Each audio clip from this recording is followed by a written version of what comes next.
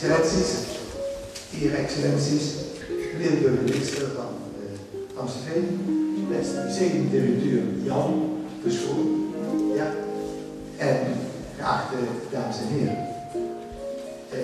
In mijn praktijk raadplegen mensen mij over veel zaken die Laagstaal betreffen.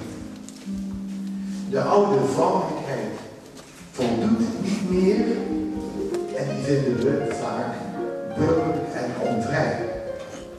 Nieuwe vormen om respectvol met elkaar om te gaan, hebben we nog niet gevonden.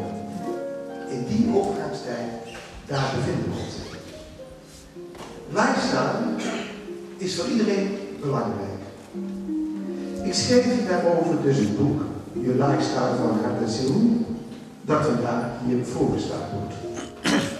Met dit boek wil ik bijdragen aan de bewustwording en meer nog aan een maatschappelijk debat rond het belang van een authentieke lifestyle voor iedereen. België en Nederland en uiteraard ook Luxemburg vormen mijn werkgebied waar ik psychologisch werk doe binnen het kader en college in het kader van het Benelux Universitair Centrum. Hoe kan ik een betrekkelijke nieuwe manier van denken over je stijl van leven, je lifestyle, een plaats geven in de psychologie? Dat is nog niet zo evident. Duidelijk is het dat er verschillende invalshoeken zijn en dat samenwerking op dit nieuwe aandachtsgebied hard nodig is. Ik doe daartoe een dringend beroep op degene die zich op een of andere manier met lifestyle in de ruime zin van het woord bezighouden. Ik denk daarbij aan artsen en wellnesswerkers, psychologen en fysiotherapeuten, coaches, modeontwerpers en anderen. Samen op zoek gaan naar het geheim van een persoonlijke lifestyle, waardoor je iemand kunt helpen te slagen in het leven en gelukkig te worden.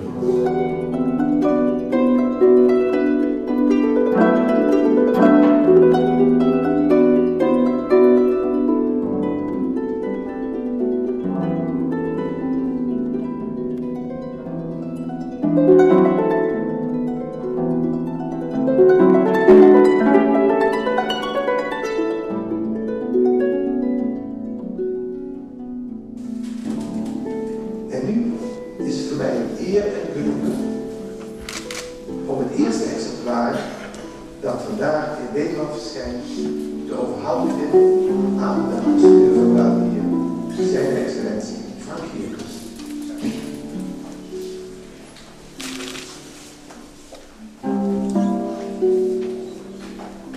Het eerste exemplaar.